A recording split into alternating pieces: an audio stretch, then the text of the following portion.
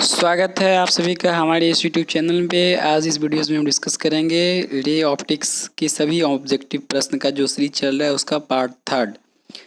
अगर part one और part two नहीं देखे हैं तो मेरे इसी चैनल पे प्लेलिस्ट में जाइए और वहाँ दोनों वीडियोस पड़ा हुआ, पहले एक बार उसे देख लीजिए, इसके बाद इसे देखिएगा। और उससे पहले एक बार और चीज़ मैं बता दूं कि रे ऑप्टिक्स से संबंधित 20 वीडियोस जो है वो पड़ा हुआ है, थ्योरी है, उसको अगर नहीं देखे तो पहले उसको देख लीजिए, इसके बाद ऑब्जेक्टिव लगाइए, ज़्यादा समझ में आएगा। तो स्टार्ट करते हैं क्वेश्चन नंबर 1 से। माध्यम 1 से माध्यम 2 में जाने वाली प्रकाश पुंज के लिए क्रांति कोण थीटा है। ठीक है, माध्यम 1 भी है, माध्यम 2 क्या होगा? तो फॉर्मूला देख लेते हैं। फॉर्मूला क्या होता है? 1/n बराबर 1/में साइन सी होता है, और सी की जगह पे कह रहा है कि यह क्रांति कोण जो है वो थीटा है, तो सी की जगह पर थीटा हो गया। अब ये बात करें एन का, तो एन अपवर्तनांक, और ये होता क्या है? तो v2/v1 होता है, मतलब माध्यम 2 का में प्रकाश का वेग बटे माध्यम 1 में प्रकाश का वेग बटे में 1/sin थीटा। और ये दिया हुआ है इसका मान दे रहा है v, तो v इधर आ जाएगा तो क्या हो जाएगा? v2, मतलब दूसरा में वेग जो हो जाएगा v बटे में साइन थीटा के रूप में हो जाएगा। इसलिए हम कह सकते हैं कि ऑप्शन बी जो है वो बिल्कुल सही है। क्वेश्चन नंबर दूसरा देखते हैं कि श्वेत प्रकाश के एक स्पंद हवा में शीशे में एक स्लैब में अविलंब आपतित होता है। स्लैब में गमन के पश्चात पहले कौन सा रंग बाहर जाएगा? तो लाल, क्योंकि लाल का तरंग दैर्घ्य जो है अधिक होता है। यह देखिए ये भी 2018 सी प्रश्न पत्र में पूछा गया क्वेश्चन है। प्रयोगशाला में ऐसे पदार्थ विकसित किए गए हैं जिसका अपवर्तनांक ऋणात्मक है। ध्यान से देखिए, यही सब कुछ है, अपवर्तनांक ऋणात्मक जो कहा जा रहा है। इसके बाद कह रहा है कि प्रकाश की एक किरण जो हवा में है ऐसी माध्यम में जाती है उसके निम्नलिखित पथ अनुसरण करेगा। तो ऋणात्मक के लिए क्या होना चाहिए? तो ये क्रांति कोण का उदाहरण है, एक तरह से आप ये समझ लीजिए। तो यहाँ कुछ दिया हुआ है इस प्रकार से, माध्यम 1 माध्यम 2 आपतन कोण अपवर्तन कोण। यहाँ आपतन कोण अपवर्तन कोण दोनों का मान दिया हुआ है। आगे देखते हैं सी और डी ऑप्शन देखते हैं। तो माध्यम सी और माध्यम डी देख लीजिए, कुछ इस प्रकार से दिया हुआ है। तो ये देखिए डी ऑप्शन जो है ना, ये पूर्णांतिक प्रवर्तन है, क्योंकि अपवर्तन का मान 90 डिग्री है, तो इसी स्थिति में ऋणात्मक होगा। तो ऑप्शन डी सही है। एक वस्तु को 15 सेंटीमीटर त्रिज्या वाले अवतल दर्पण से 10 सेंटीमीटर की दूरी पर रखा गया है। दर्पण द्वारा इस वस्तु का प्रतिबिंब के बारे में बात कर रहा है। तो अगर बात करें हम अवतल दर्पण, तो अवतल दर्पण कैसे होता है? कुछ इस प्रकार से होता है। ठीक है, ये आपका अवतल दर्पण, और इसकी वक्रता त्रिज्या कह रहा है कितना है? 15 है। तो वक्रता त्रिज्या, ये दूरी अगर 15 है तो ये दूरी कितना हो जाएगा? लगभग 7.5। ठीक है, वस्तु को कहाँ रखा जा रहा था? 10 सेंटीमीटर दूरी पे, मतलब वस्तु जो है वक्रता त्रिज्या और फोकस के बीच में रखी जा रही है, यहाँ पे वस्तु रखी जा रही है। तो मैं वीडियोस में बताया था कि जब वस्तु यहाँ रखी जाएगी तो इसके प्रतिबिंब कहाँ होगा? तो नीचे में होगा, मतलब कि प्रतिबिंब जो होगा वो वास्तविक होगा, क्योंकि यहाँ बनता तब काल्पनिक होता है। और अवतल दर्पण में सिर्फ एक ही स्थिति है जहाँ प्रतिबिंब काल्पनिक बनता है, और वो स्थिति इसके बीच है। इसके बीच अगर रहेगा तभी काल्पनिक होगा, तो यहाँ तो है नहीं, वस्तु यहाँ रखा हुआ है, तो प्रतिबिंब जो है हमेशा इधर बनेगा और वास्तविक होगा। तो प्रतिबिंब वास्तविक होगा, उल्टा होगा, क्योंकि ये अक्ष से नीचे बनेगा, उल्टा होगा। तो ऑप्शन देख लेते हैं यहाँ पे कौन सा है। तो वास्तविक होगा, उल्टा होगा, तो ऑप्शन ए जो है वो सही आवर्तित होगा। प्रकाश की एक किरण किसी पारदर्शी पदार्थ के स्लैब पर आपतन कोण 60 डिग्री है। ठीक है, अगर अपवर्तित किरण के अपवर्तित के बाद दूसरी 90 डिग्री है। देखिए ये भी क्रांति कोण से संबंधित है। तो n बराबर होता क्या है? 1/sin c। ठीक है, और ये n बराबर sin c नहीं हो रहा है, तो sin c का मान 60 कर देंगे अगर हम, तो n का मान √3 आ जाएगा लगभग। तो ऑप्शन जो है वो सी सही है। मिर्ग मरीचिका होता है, तो मिर्ग मरीचिका जो है वो पूर्णांतिक प्रवर्तन का उदाहरण है, और साथ ही साथ इसमें अपवर्तन भी होता है। समतल दर्पण की वक्रता त्रिज्या जो है वो अनंत होती है। तालाब की तली की कुछ ऊपरी उठी हुई प्रतीत होती है, वस्तु जो है ऊपर उठी हुई प्रतीत होती है। इसका कारण क्या है? तो प्रकाश का अपवर्तन इसका कारण है। क्रांति कोण का सघन माध्यम से आपतन कोण का संगत कोण विरल माध्यम में अपवर्तन कोण क्या होता है? ये 90 डिग्री होता है। 90 डिग्री होता है। देख लीजिए इसका एग्जाम्पल देख लेते हैं, डायग्राम। यही मान जो है जब ऐसे हो जाए, और ये मान आई जो है वो सी कहलाता है, जब ये 90 हो जाता है तब, तो अपवर्तन कोण का मान 90 डिग्री होगा। निम्नलिखित में से किस दर्पण द्वारा वस्तु को आभासी प्रतिबिंब प्राप्त किया जाता है? तो देखिए समतल में तो होता ही होता है, उत्तल में होता ही, अवतल में भी एक स्थिति है जब फोकस और ध्रुव के बीच रखते हैं, तो यहाँ भी आभासी प्रतिबिंब मिलता है, बड़ा और आभासी मिलता है। तो ये तीनों हो जाएगा, ऑप्शन डी सही है। वस्तु से बड़ा आभासी प्रतिबिंब बनता है, तो आभासी और बड़ा कह रहा है, तो आभासी और बड़ा जो है अवतल दर्पण में बनता है, तो ये सी कब बनता है? तो फोकस और ध्रुव के बीच रखते हैं तब। एक पिन छिद्र कैमरा के सिद्धांत पर कार्य करता है, तो इसको याद रखिएगा। यह जो है प्रकाश के रेखीय प्रसारण पर काम करता है। जल और कांच का अपवर्तन, ये जल का है और ये कांच का है। जल का कांच के सापेक्ष क्या रहता है? जल का ऊपर कर दीजिए और कांच का नीचे कर दीजिए, तो 4/3 इंटू 2/3, ये कितना आएगा? 8/9। आंसर डी जो है वो बिल्कुल सही है। यही कह देता है कि कांच के सापेक्ष जल का बताइए, तो उलट देते हैं हम। थ्योरी इसका अगर देखे होंगे तो क्लियर आपको समझ में आ रहा होगा। किसी कारण वायु का बुलबुला पानी के अंदर चमकता दिखाई देता है, तो ये जो है वायु के बुलबुला पानी के चमकते दिखाई देने के कारण जो है पूर्णांतिक परिवर्तन है।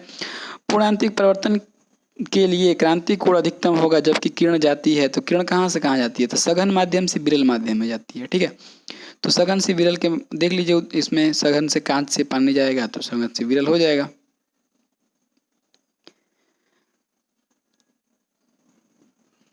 एक माध्यम में से दूसरे माध्यम में जाने पर प्रकाश की किरण मुड़ जाती है, किरण मुड़ने को कहते हैं। तो किरण मुड़ने को कहते हैं तो ये अपवर्तन कहलाता है।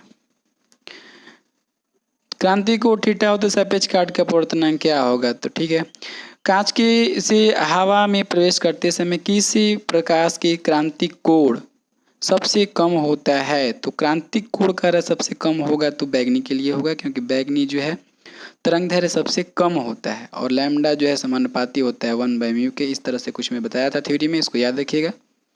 व्युत्क्रम होता है। लेंस की क्षमता का एसआई मात्रक होता है, तो लेंस की क्षमता का एसआई मात्रक डायप्टर होता है।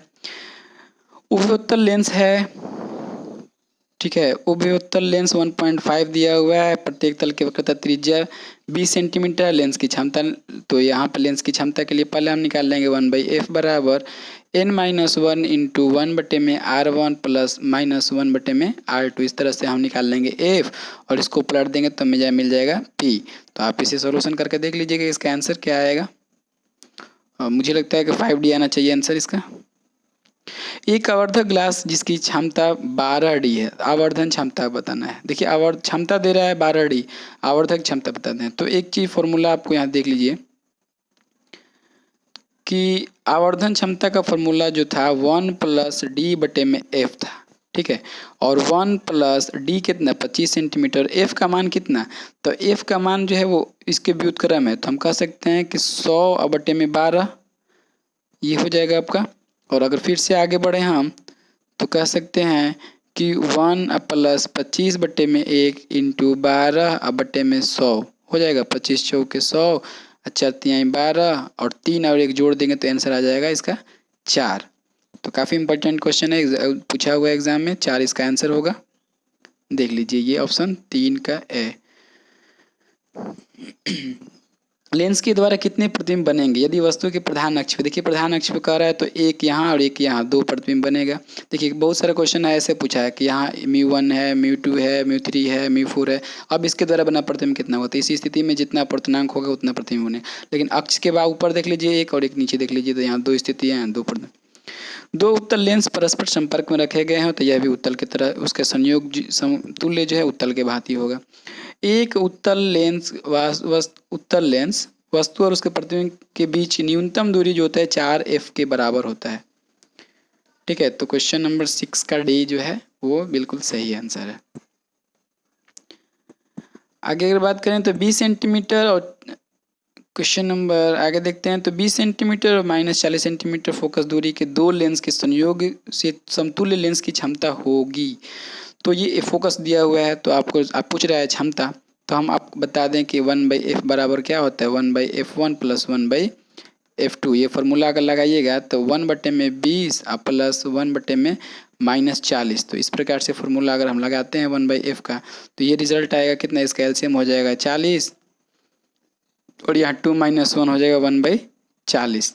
ठीक है, तो अब 1/40 जो आएगा ये 1/40 जो है 1/f का मान आया है। 1/40 जो है 1/f का मान आया है, तो f का मान कितना होगा? तो f का मान हो जाएगा 40। ठीक है, लेकिन पूछ क्या रहा है? क्षमता पूछ रहा है, तो हम p निकाल देंगे तो 100/40 क्योंकि सेंटीमीटर में था तो ये कट कैंसिल करेंगे तो 2.5 जो है उसका आंसर हो जाएगा। तो 2.5 डायप्टर प्लस में ऑप्शन सी जो है वो सही है। थोड़ा सा धुंधला है, ध्यान से देखिए इसे। 3 लेंस जो है वो दिया हुआ है, सबका क्षमता लेंस की फोकस दूरी दिया हुआ है। डायरेक्ट फार्मूला आपको लगाना है 1/f1, 1/f2, 1/f3, एलसीएम लेकर इसका जोड़ घटाव कर लेंगे। 1/20, 1/-30, 1/60 रिजल्ट जो है आपका आ जाएगा। और देख लीजिएगा इसमें कौन सा आंसर है। यदि समान फोकस दूरी f के दो अभिसारी लेंस एक दूसरे को रखे हुए हैं संपर्क में, तो संयोग की फोकस दूरी क्या होगा। तो अभिसारी कह रहा है ना, संयोग की फोकस दूरी देख लेते हैं। तो इसका फॉर्मूला डायरेक्ट देखिए, f1 इंटू f2 बटे में f प्लस f, दोनों का f ही है, तो ये हो जाएगा f स्क्वायर और बटे में ये हो जाएगा 2f, f जोड़ेंगे तो ये कैंसिल, रिजल्ट आएगा f बटे में 2। तो आंसर जो है वो सी सही है। यदि किसी लेंस की फोकस दूरी f मीटर हो तो क्षमता क्या होगा। तो क्षमता हो जाएगा f/1/f डैप्ट, मीटर में है। अगर सेंटीमीटर में कहता है तो 100 बटे में होता, तो मीटर है, ध्यान देना है यहाँ पे। कांच की एक अवतल लेंस की जब जल में डुबोया जाता है, तो देखिए अवतल कह रहा है, यहाँ पे क्लियर हो लीजिए कि अवतल है, तो फोकस दूरी क्या होगी। फोकस दूरी जब ये डूबेगी तो फोकस दूरी कम होगी, तो कम अपसारी होगी, ठीक है। अब यहाँ 2-3 चीज़ें हैं। तो कम अपसारी का मतलब क्या कह रहा है कि इसकी फोकस कम होगा, यही कहता है कि क्षमता क्या होगा, तो क्षमता अधिक होता है। अवतल लेंस को डुबोएंगे तो फोकस दूरी कम होगा और क्षमता अधिक होगा। यही उत्तल लेंस होता है तो फोकस दूरी अधिक होता है और क्षमता, क्योंकि एक दूसरे के व्युत्क्रम होता है। जब किसी उत्तल लेंस की अपवर्तनांक 1.5 तथा फोकस दूरी f हो तो जल का में डुबोया जाता है, तो फोकस क्या होगा। तो ये फोकस क्या होगा, वही क्वेश्चन जो पीछे अभी पढ़ाया, मतलब f के मान बढ़ जाएगा, क्योंकि उत्तल लेंस कर रहा है और फोकस कर रहा है। क्षमता कहता तो घटता। दो पतले लेंस की संपर्क में रखा गया है और प्लस 10d क्षमता है, ठीक है। उनके बीच की दूरी 0.25 मीटर है। अगर कर देते हैं तो क्षमता जो है 6d हो जाता है। तो लेंस की काफ़ी इंपॉर्टेंट फॉर्मूला क्वेश्चन है और इसका सोल्यूशन थोड़ा सा लंबा है, यहाँ बताना मुश्किल है, फिर भी मैं हिंट देता हूँ। तो क्षमता जो है P बराबर होता है क्या है, P1 प्लस P2। तो हम कह सकते हैं या तो 1/f बराबर हो जाएगा 1/f1 प्लस 1/f2, और इसका मान जो है वो 10 दिया हुआ है। तो एक समीकरण यहाँ से आ जाएगा आपका, वो समीकरण होगा कि 1/f1 प्लस 1/f2 बराबर 10। एक समीकरण ये आया।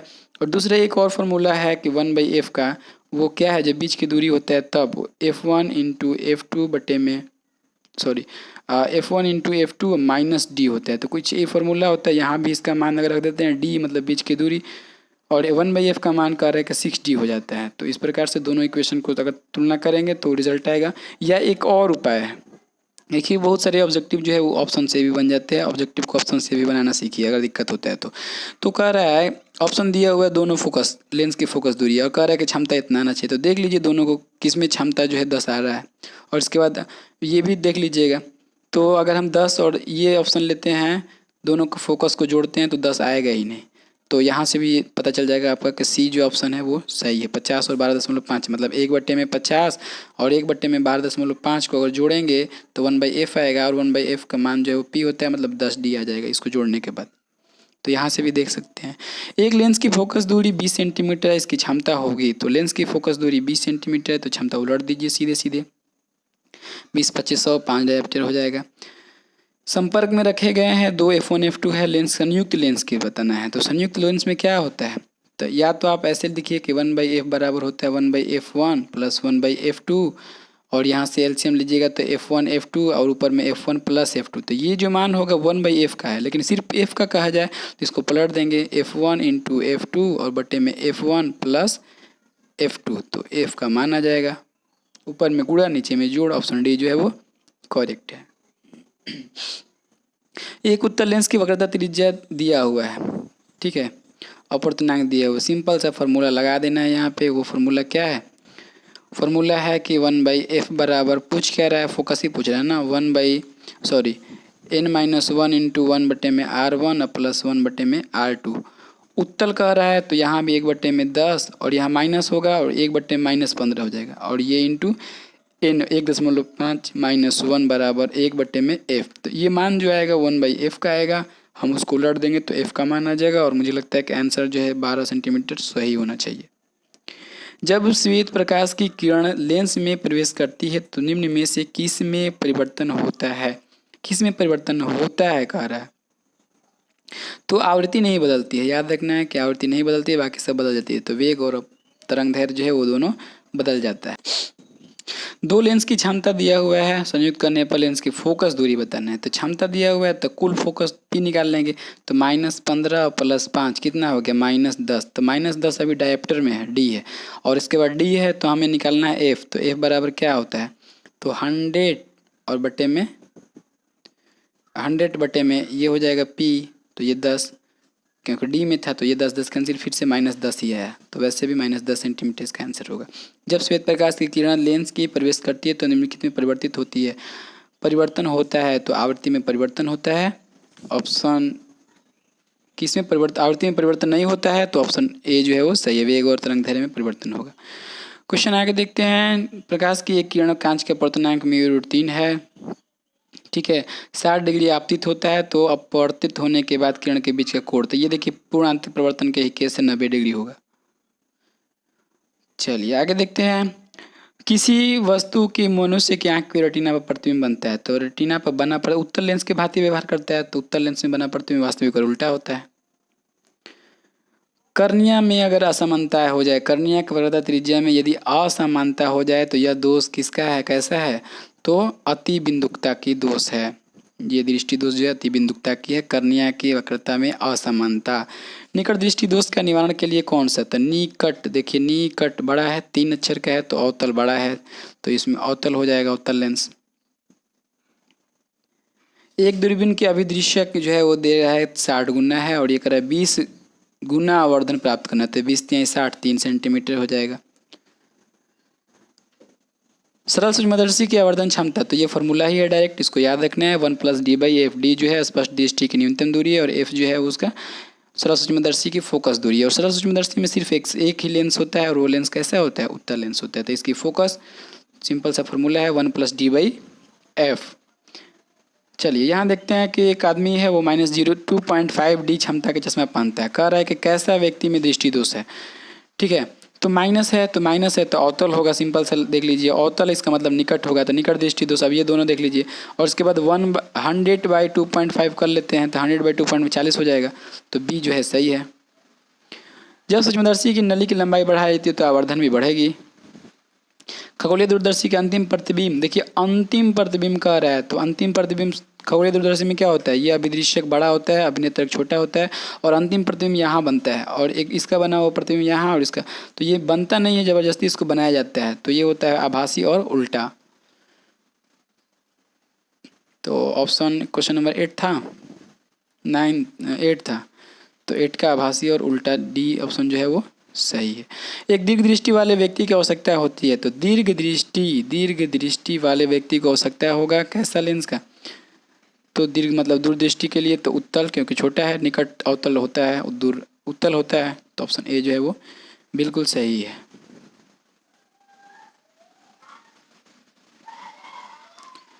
क्वेश्चन नंबर 10 देखते हैं। तो किसी दूरबीन की अभिदृश्यक और नेत्रिका की फोकस दूरी क्रम से इतना है, दूरबीन के आवर्धन, तो इसके होता क्या है, FO/F ही कर लीजिए, तो कटकुट क्या आ जाएगा, 10 सेंटीमीटर, ऑप्शन बी जो है वो सही है। सामान्य संयोजन की खगोलीय दूरदर्शी की नली की लंबाई, तो जोड़ होता है दोनों की फोकस दूरी का, FO+F ही कर लेंगे। वर्ण विपथन के दोष नहीं पाया जाता है, तो मैं ये चीज़ पढ़ाया हूँ थ्योरी में, देख लीजिएगा, परावर्तक दूरदर्शी में ये नहीं होता है, विपथन नहीं होता है, तो इस प्रकार से ऑप्शन बी जो है वो सही है। तो आज की जो 50 के ऑब्जेक्टिव पे जो सीरीज़ था वो कंप्लीट हो गया है, क्योंकि इसमें 3 भाग में बांटा गया है, 18 और 20 और 12, ये मिलाकर हो गया आपका 50 ऑब्जेक्टिव आपका पूरा हुआ। अगले वीडियोज़ में हम बाकी भी देखेंगे। अभी ये सीरीज़ अभी चलेगा, ये 3 सीरीज हुआ, तीन वीडियोज़ हुआ, अभी 3 वीडियोज़ में और ऑब्जेक्टिव मिलेगा, और इस तरह से अगर 6 ऑब्जेक्टिव पूरा कर लेते हैं तो आपके ऑब्जेक्टिव जो है क्लियर हो जाएगा। Thanks for watching these videos.